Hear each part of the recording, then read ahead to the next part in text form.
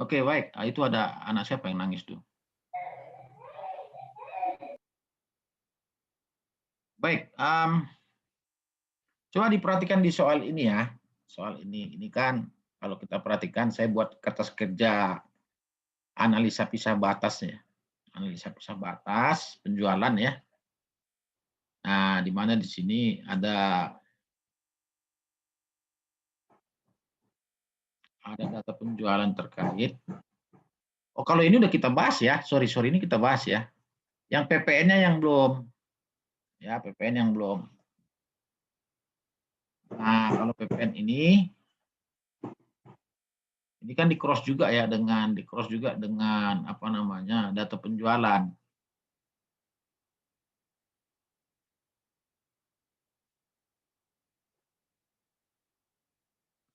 Sebentar.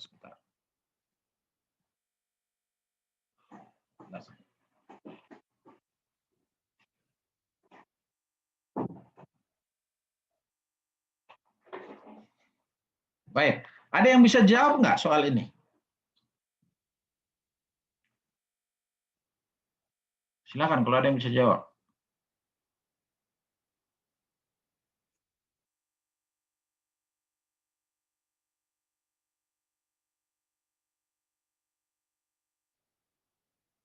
Jadi ini yang pertama memang kita cross check antara data per SPM ya dengan per buku ya.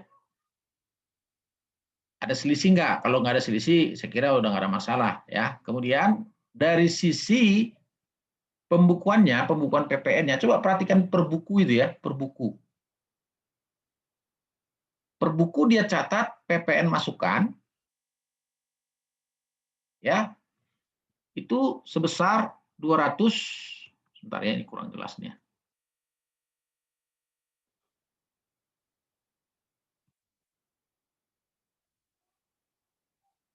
Itu sebesar 207 ya, 207.556.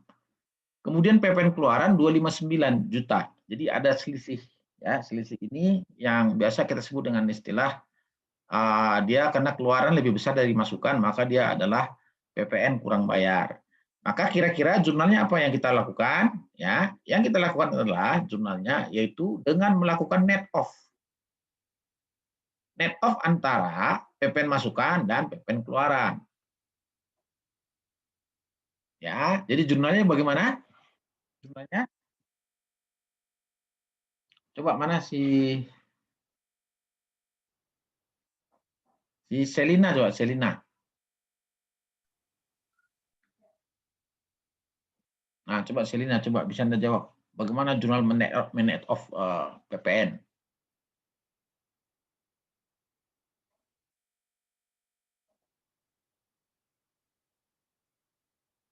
Selina? Iya, Pak. Sebentar. Ya, ya.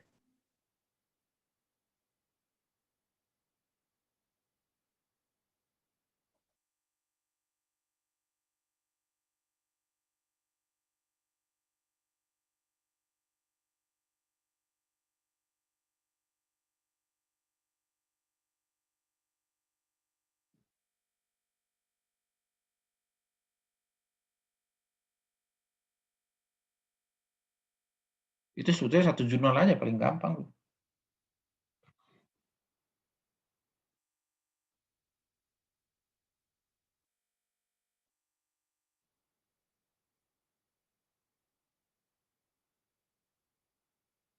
Nah, kelihatan ya. Ya, jadi di ledgernya itu ada PPN masukan 207 juta sekian ya. Kemudian PPN keluaran. PPN masukan Selina itu di posisinya di mana? Di debit, di kredit? Selina.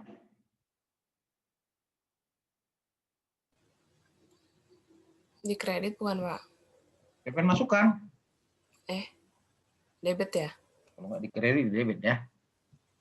PPN keluaran? Kredit. Baik, PPN masukan di jurnal di pos apa itu akunnya?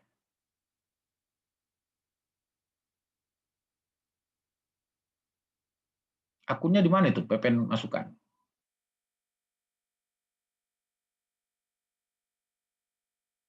Selina. Coba yang lain mana nih kameranya nih? Aduh, main ngumpet-ngumpet aja. Kamera. Tolong kamera yang lain. Pak, maaf Pak, itu Vanessa katanya belum dikonfirmasi masuknya. Dia baru bergabung. Lama banget, jam berapa ini? Besok jangan telat lagi ya. Baik, coba. Mana si Deborah? Coba, Deborah. PPN masukan itu posnya di mana, Deborah? Deborah Noberta. Di kredit, Pak. PPN masukan. Bentar. Hah? PPN masukan. Deborah.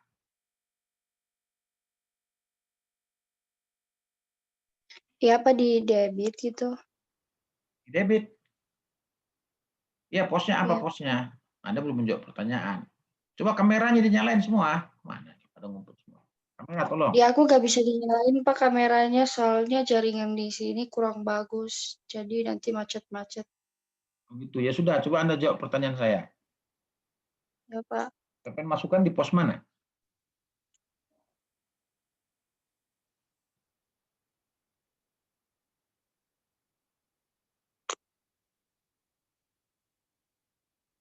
Nggak tahu juga. Priscilla mana? Priscilla Taruna. Yang kurang tahu, Pak. Priscilla Taruna coba. Iya, Pak. Nah, coba Anda jawab coba.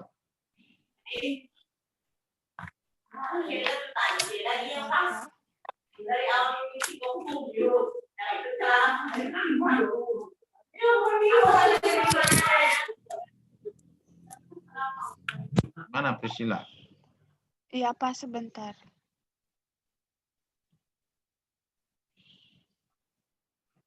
Kenapa bisa terjadi PPN masukan?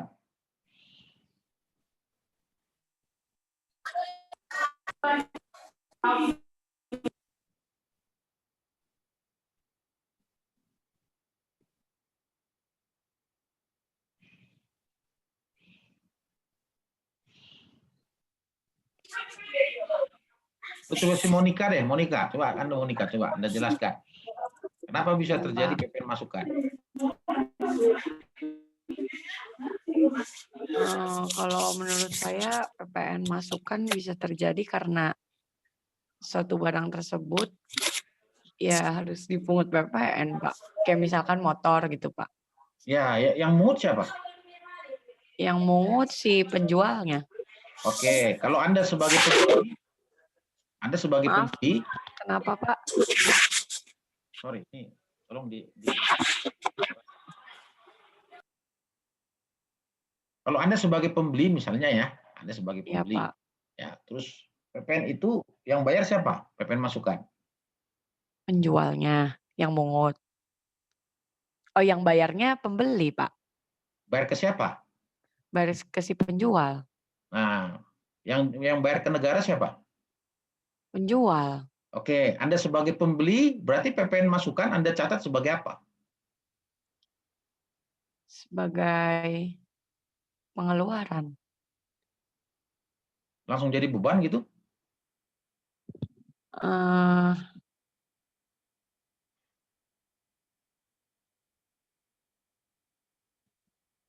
Kurang tahu, Pak. Nggak nyampe, Pak. Maksudnya gimana, Pak?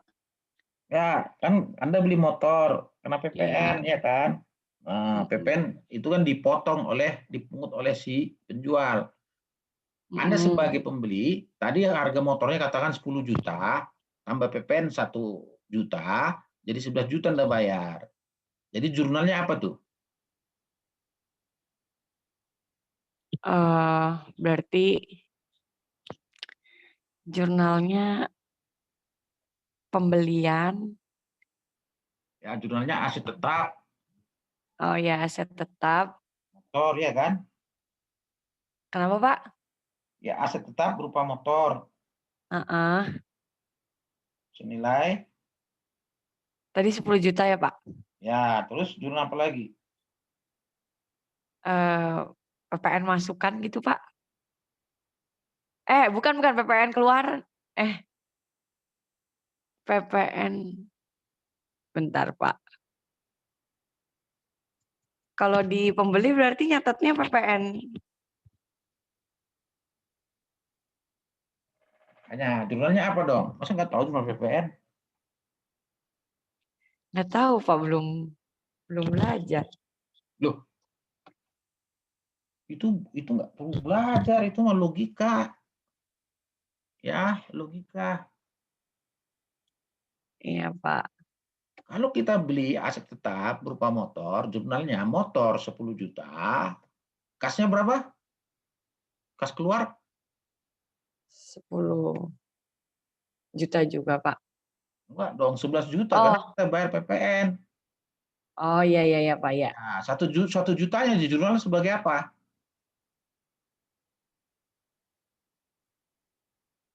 Bukan beban PPN ya, Pak? Nah, tergantung. Apakah PPN-nya bisa dikreditkan atau enggak? Ngerti nggak? Kalau PPN bisa dikreditkan, artinya bisa dikompensasi nanti dengan PPN keluaran kita. Ngerti? Enggak, Pak. Ya, jadi gini ya. Nanti dicek di peraturannya, jenis barang-barang mana yang dikenakan PPN yang bisa dikreditkan. Kalau bisa dikreditkan, maka PPN-nya ini nanti Anda simpan dulu, nanti Anda kurangkan dengan hutang PPN Anda. Nanti PPN keluaran Anda. Kira-kira gitu. Ini ada mahasiswa mau masuk namanya Lenovo. Siapa si Lenovo? Nggak tahu saya siapa si Lenovo. Kalau namanya nggak jelas, saya nggak masukin ya. Siapa tahu ada dari luar, yang orang jahat mau masuk dalam kan repot kan. Ya, Ya, namanya Pak. Lenovo ya, saya nggak masukkan ya.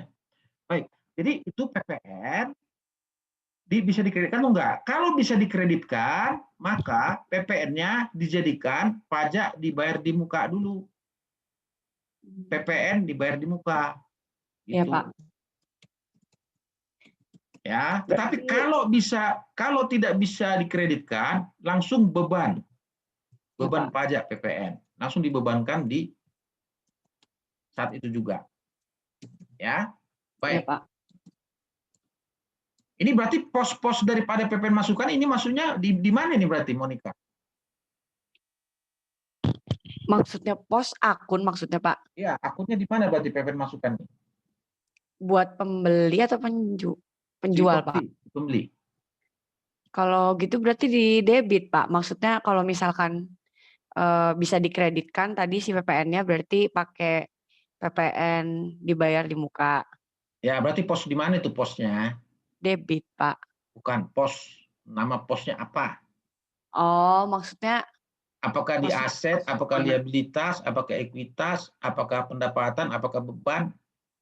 Oh, kalau PPN dibayar di muka berarti aset, Pak. Ya, gitu. Aset lancar kan? Iya, Pak. Ya, bagaimana dengan PPN keluaran? Ya, PPN keluaran itu berasal dari apa tuh, Christine? Coba Christine.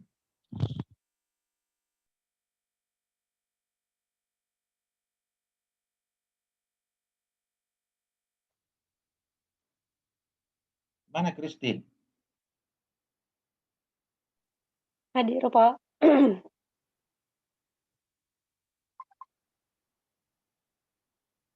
Ya, PPN keluaran itu berasal dari mana itu? Bisa Anda cerita?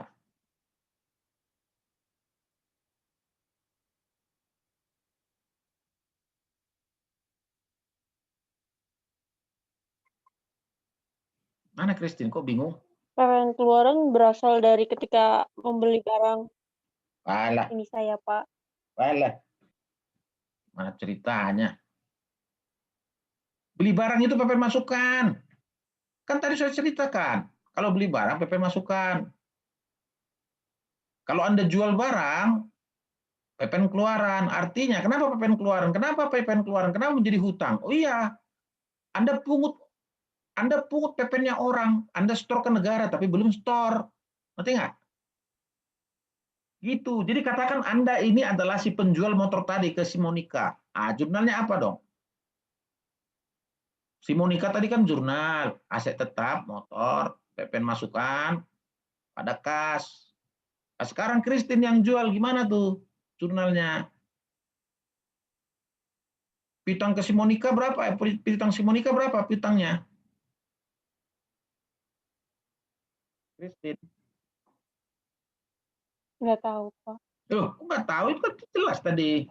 Piutangnya berapa piutangnya? Kenapa, Pak? Putus-putus?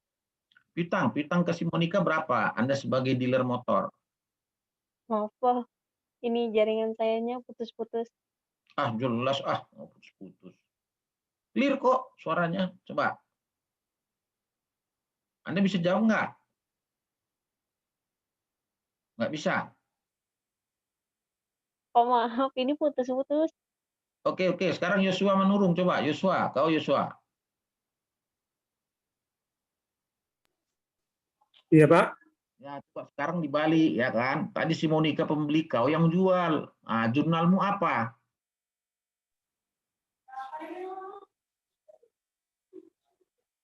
Jurnal saya penjualan, PPN penjualan 10 juta, Ya, PPN keluarannya 1 juta, ya. Terus lawannya apa?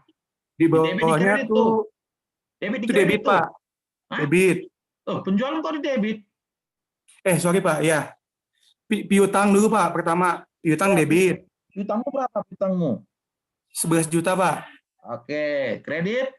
Kreditnya penjualan 10 juta, sama PPN keluaran 1 juta, Pak.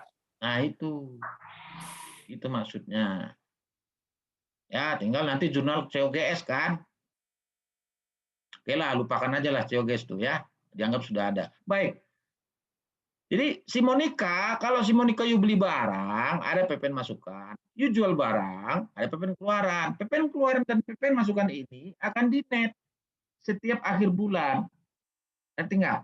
Nah, setiap akhir bulan Anda cari posisi apakah Anda lebih bayar atau kurang bayar. Kalau kurang bayar itulah yang Anda bayar nanti di awal bulan berikutnya. Itulah konsep SPM massa, surat pemberitahuan pajak massa, SPM PPN. Tiap bulan begitu. Nah, ini ada kasus audit di mana PPN-nya belum di-net sama dia.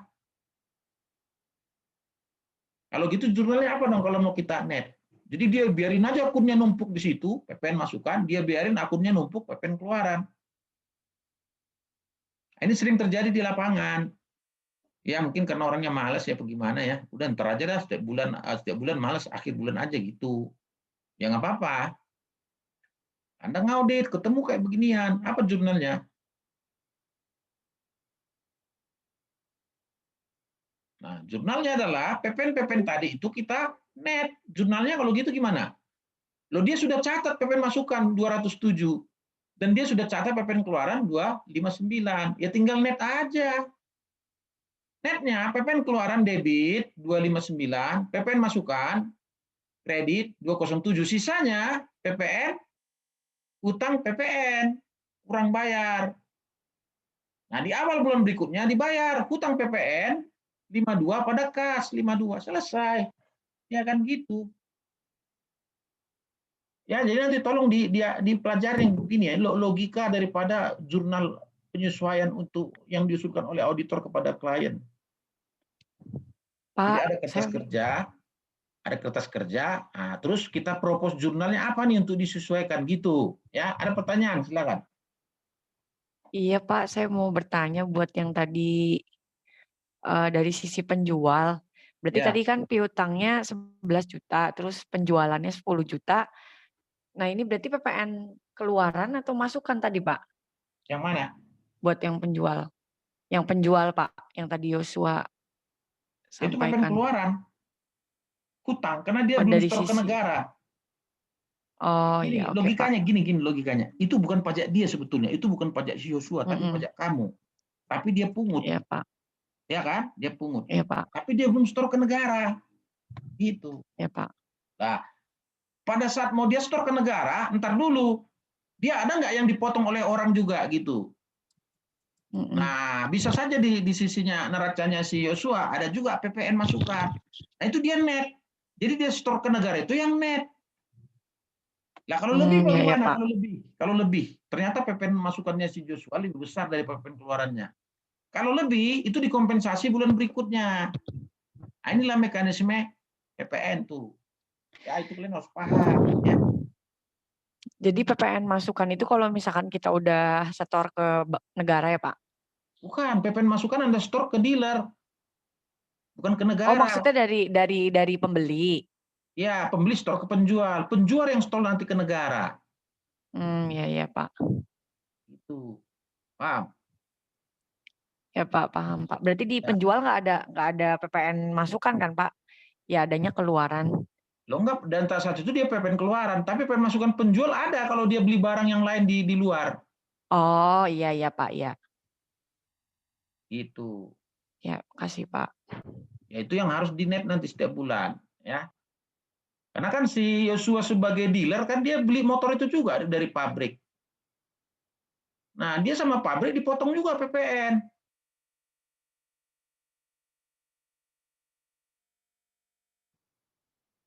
Itu.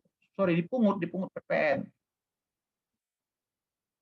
Itu ceritanya, ya. Jelas ya?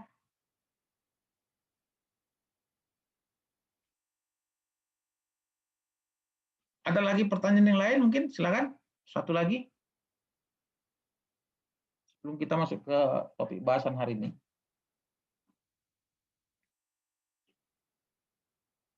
Ada. Clear semua ya. Nanti tolong dipelajarin tuh ya. Nanti kalau bisa saja saya bikin keluar soal ini ya, UTS. Baik, kemudian coba kita masuk ke audit planning ya yang kemarin. Saya nggak tahu ya, apakah kalian sudah baca belum? Sudah baca belum yang saya share itu ada di CLS yang artikel mengenai audit sampling? Ada yang sudah baca?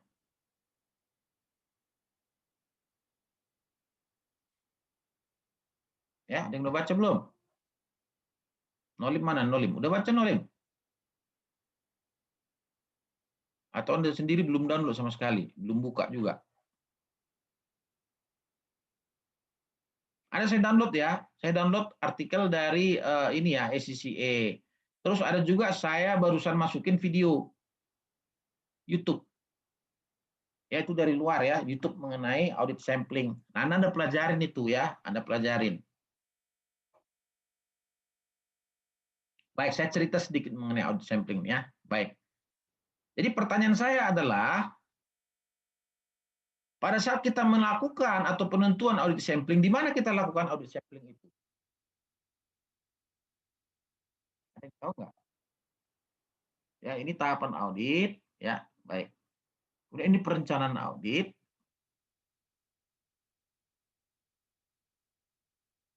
Ya, bagaimana kita melakukan audit sampling? Di tahapan mana?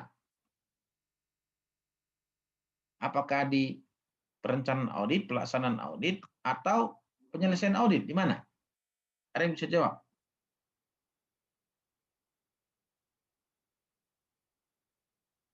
Silakan, Elvina mungkin bisa. Silakan. Perencanaan, Pak. Kenapa? Di perencanaan. Di perencanaan, Pak. Oke, di tahap mana? Di tahap mana, Elvina?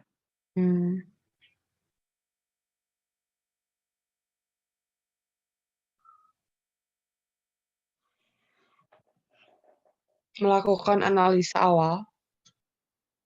Melakukan analisa awal, preliminary analytical procedure. Di sini Iya, ya. Pak. Iya. Dari mana Anda bisa kesimpulan seperti itu? Ya sebelum melakukan ke tahap selanjutnya, di tahap analisa mungkin bisa dilakukan sampling.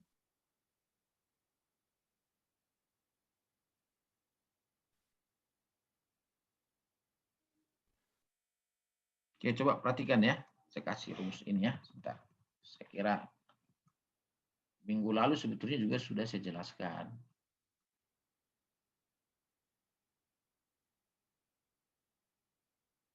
Tapi supaya lebih jelas lagi.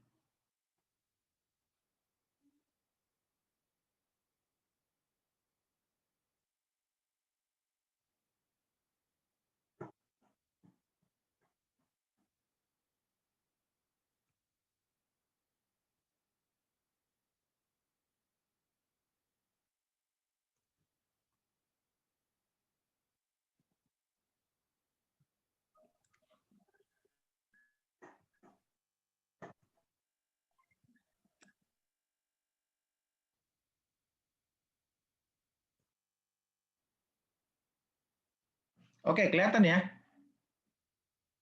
Kelihatan nggak? Terlihat, Pak. Coba sekarang pertanyaan saya ya, Samantha ya. AR, apa ini maksudnya AR, Samantha?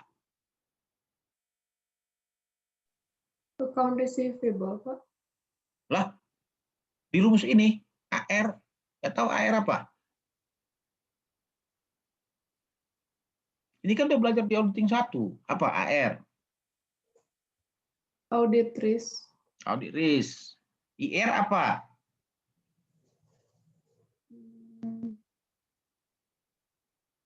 Ya? Apa IR? Inherent risk, bukan, Pak? Ya, inherent risk. CR? CR. Control risk. Ya, kemudian DR? Detection risk, Pak. Gitu ya. Baik, apa maksudnya ini? Audit risk sama dengan IR kali CR kali TR. IR itu inherent risk. Apa yang dimaksud dengan inherent risk? Priscilla.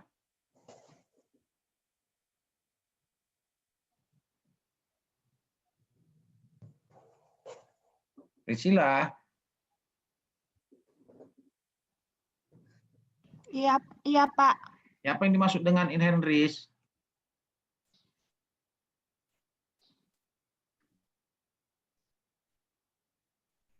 Inherent risk itu resiko yang terjadi karena nggak ada pengendalian internal, Pak. Wah, mana? Dapat dari mana tuh? Vanessa mana? Hadir, Pak. Ya, coba Vanessa, apa yang dimaksud dengan inherent risk, Vanessa?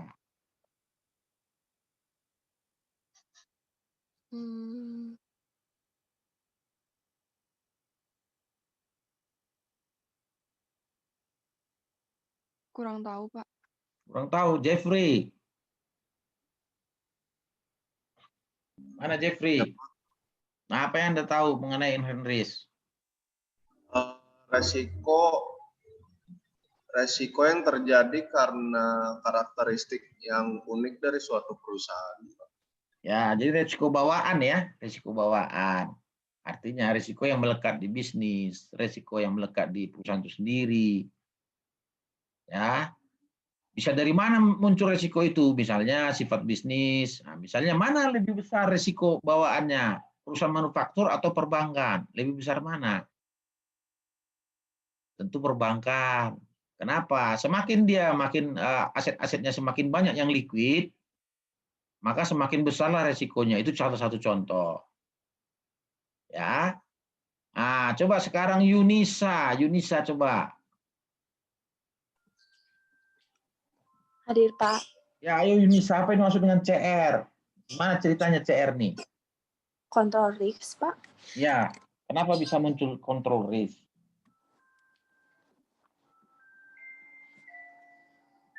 Merupakan risiko salah saji material yang tidak dapat dideteksi dan dicegah oleh internal kontrol. Control risk itu kelemahan atau resiko yang berasal dari lemahnya internal kontrol, gitu aja. Gak usah pakai bahasa-bahasa textbook lah, baca-baca dulu. Pakai pemikiran sendiri aja, tapi jangan salah. Control risk, kenapa muncul control risk? Karena internal kontrol tidak efektif. Semisal apa? Semisal di perusahaan itu, manajer gudang merangkap manajer akuntansi, boleh nggak? Dia manajer gudang, dia juga manajer pembukuan, boleh nggak?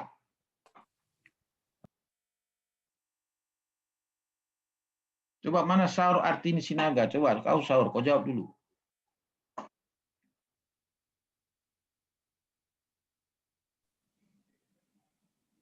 Iya, Ya, Pak. Saur. Coba. Boleh, Pak. Boleh. Manajer akuntansi merangkap manajer gudang, boleh nggak?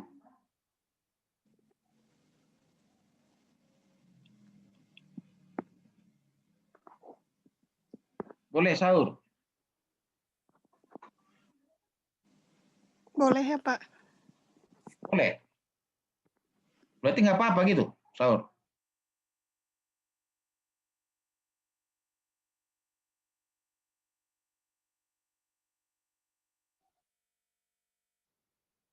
Resti mana? Resti Nur, coba Resti Nur, coba.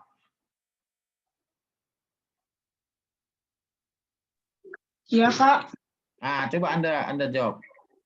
Boleh nggak manajer gudang merangkap manajer akuntansi?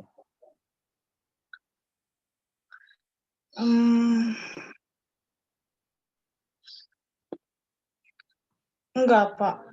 Kenapa nggak boleh, Resti?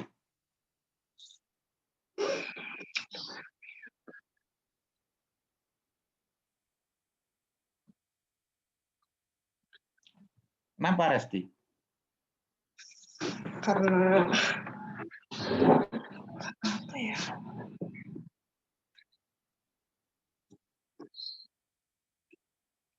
Nggak tahu. Karena jadi double gitu Pak pekerjaannya. Double, oh jadi nggak bisa double ya? Itu aja alasannya. Coba Sasriani, mana Sasriani? Iya, saya Pak. Ah, coba Anda jawab. Kayaknya bisa. Nah, silakan. Menurut saya tidak boleh, Pak. Ya, kenapa tidak boleh? Karena yang pertama itu nanti akan ada perangkapan tugas yang dilakukan oleh karyawan. Terus jadi tuh nggak ada pemisahan antara tugas dan wewenang yang bisa mengakibatkan terjadinya kecurangan. Nah, ya udah cukup. Jadi ada namanya segregation of apa? Kan saya sudah jelasin. Harus ada namanya segregation of duties, pemisahan tugas, pemisahan fungsi. Fungsi apa yang harus dipisah supaya internal control efektif? Fungsi apa? Ada yang tahu? Hah? 4 fungsi, Pak. Ah, apa? Coba jelasin. Treasury, authority, control, sama record. Ulangi. Kurang jelas. Yang 4 tadi apa? Treasury. Bukan treasury. Apa, Pak? Ada 4 fungsi yang harus dipisah. Authority. Ya, authorizing, apalagi? Control. Controlling, apalagi? Record, bukan Pak. Recording, terus apalagi? Yang treasury tadi fungsi apa itu? Fungsi custody. Custody fungsi penyimpanan. Oh, Recording iya, Pak. pencatatan. Authorizing, otorisasi. Controlling, ini fungsi pengendalian. Baik. Pengendalian. Ya. Gudang itu fungsi custody. Accounting, fungsi recording, dijabat satu orang, nggak boleh. Itu maksudnya. Ya, itu jawabannya. Baru saya kasih nilai 100 jawaban begitu. Jelas? Nah, itu kudu diingat ya. Nah, itu dinilai semua setiap siklus. Berapa besar CR-nya. Baik. Kalau IR tinggi, oh ini misalnya ini perbankan. CR-nya pun tinggi. Oh ya, aduh itu sana itu pusing. Organisasi saja tidak memenuhi syarat governance yang bagus. Internal control tidak efektif. Maka kalau IR tinggi, CR tinggi, supaya AR-nya itu normal atau stabil sesuai dengan kita harapkan, maka apa yang kita lakukan dengan DR? Apa yang kita lakukan dengan DR? Coba. IR tinggi. Ya kan? Coba sebentar ya. IR-nya tinggi.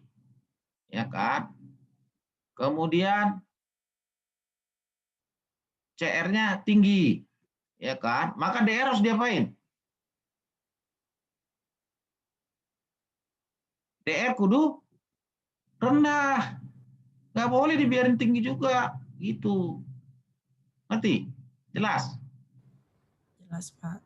Nah, ya. Kalau IR tinggi, CR tinggi, maka DR harus rendah. Bagaimana supaya DR harus rendah? Baik, DR itu detection risk. Detection risk itu variabelnya ada di auditor. Jadi gini, IR ini given, CR given. Ini sesuatu yang kita nggak bisa lagi ubah. Satu-satunya kita hanya bisa bermain di DR, detection risk. Bagaimana menekan DR? Supaya detection risk-nya rendah. Bagaimana? Cara menekan DR adalah dengan apa? Memperdalam prosedur audit. Termasuk nanti menentukan sampel. Sampelnya lebih dalam, lebih banyak, dan segala macam. Populasinya lebih banyak. Nah, itu korelasinya. Ya. Jadi nggak mungkin Anda mengambil sampel secara ini ya, apa namanya, total populasi. Wah, itu bisa-bisa setahun nggak selesai pekerjaan. Jadi korelasi antara risiko audit dan audit sampling itu di situ. Ada di pemodelan ini. Ya, kira-kira begitu ya. Ada pertanyaan sampai di sini, silakan. Tidak, Pak. Ya, jadi dapat kita simpulkan penentuan audit sampling itu ada di tahapan perencanaan. Ya, dan itu nanti akan tergambar di dalam program audit yang akan kita susun. Jelas? Baik. Sekarang kita masuk ke teori penentuan audit sampling.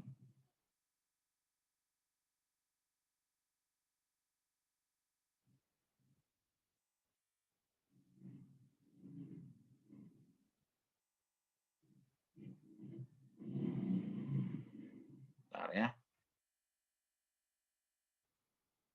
Kelihatan ya? Kelihatan nggak? Terlihat, Pak. Nah, ini yang saya kirim ya, audit sampling yang dari SCCA yang saya kirim. Ya, nanti Anda baca di SA 530, itu semua. Jadi ISA dan SA nomornya sama kebetulan ya. Baik. Jadi metode sampling itu ada dua, satu yang statistical sampling, satu yang non-statistical sampling. Nah, ini di tabel ini jelas nih. Ya, statistical sampling dan non-statistical sampling. Statistical sampling misalnya metode yang diambil adalah random sampling. Ya, kemudian ada systematic sampling dan monetary unit sampling.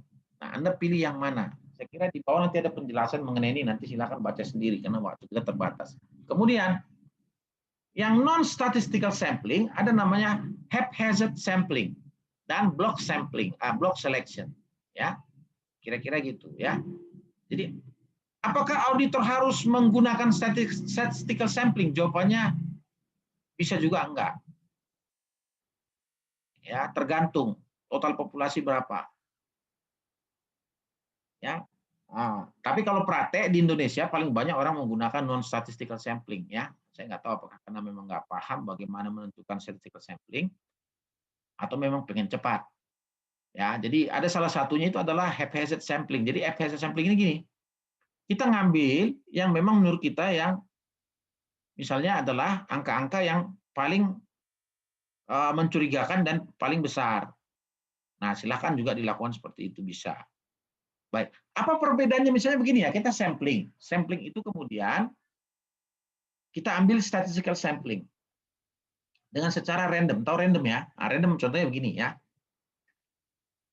Anda lihat berapa transaksi di situ, totalnya, total ininya, apa namanya, frekuensi transaksinya. Kemudian dilihat, oh ya ada 1000 transaksi Pak. Wah, 1000 transaksi. Maka kalau kita ambil secara random sampling, kita ambil secara misalnya interval 4. Berarti ya. Nah, misalnya gini ya, interval 4. Jadi begini. Misalnya, oh ya, saya mau ambil transaksi pertama. Ambil. Berarti di Januari yang pertama. Yang kedua, transaksi yang kelima.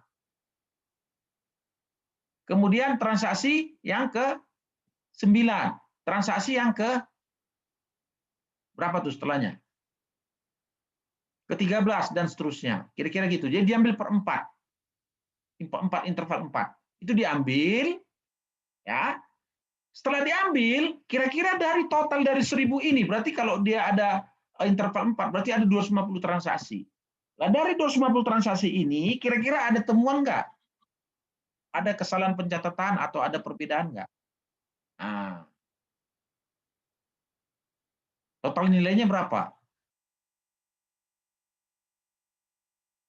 Oh, total nilainya 20 miliar, Pak. Nah, ada difference nggak dengan yang putih audit yang kita kumpulkan? Oh iya, Pak. Ini dari 250 transaksi, totalnya 2 miliar, difference-nya 2 juta. Baik, pertanyaannya adalah kalau difference 2 juta dari transaksi 250 frekuensi dengan nilai 2 miliar, apakah langsung kita adjust 2 juta ini? Kalau dia statistikal, jawabannya enggak 2 juta berarti. Tinggal sekarang. Pertanyaannya adalah, yang 2 juta ini apakah melampaui standar deviasi yang kita sudah tentukan? Berapa nih standar deviasinya? Kira-kira gitu. Kalau di bawah ya sudah, kita anggap berarti clear semua. Karena kecil, 2 juta mah kecil, Pak. Masih di bawah standar kita. Tapi kalau besar, bagaimana kalau besar? Bukan 2 juta katakan. Tapi 100 juta. Melampaui. Dari standar deviasi kita katakan standar deviasinya 4%.